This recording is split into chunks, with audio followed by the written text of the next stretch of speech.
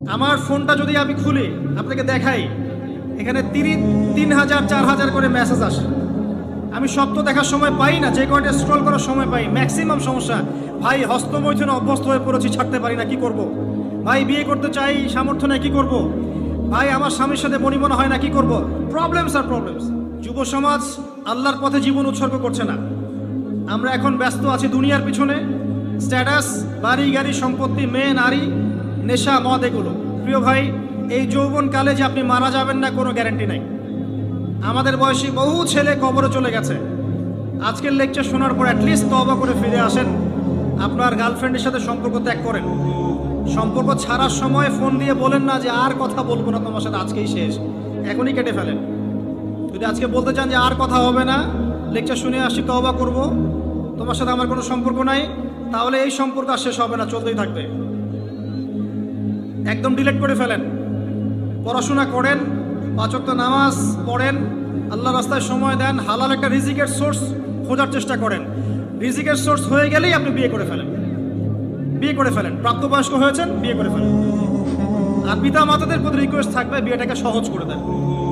আপনার সন্তানদেরকে জেনা থেকে বাঁচান, চোখের পাপ থেকে বাঁচান, মনের পাপ থেকে বাঁচান।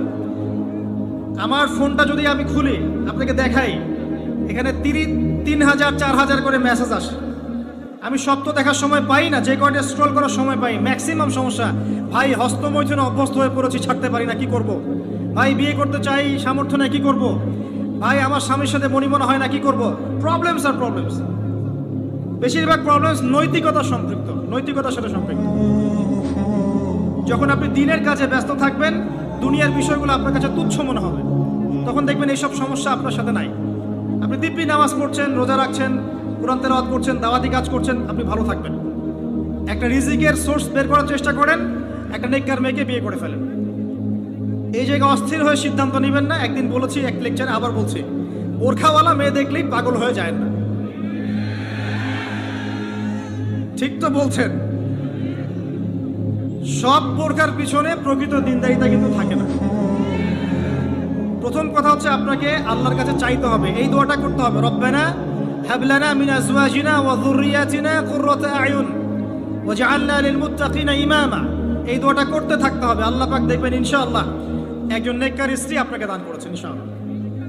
আরেকটা টিপস, নিজে নিজের চরিত্রকে ভালো রাখেন, আল্লাহ পাক আপনাকে উত্তম চরিত্রের মেয়ে দিবেন ইনশাআল্লাহ। নিজের চরিত্রকে ভালো রাখবেন না, আশা করতে যায়েন না যে একজন কুমারী পুণ্যবতী স্ত্রী আপনার ঘরে চলে আসবে, এটা আশা করতে যায় না।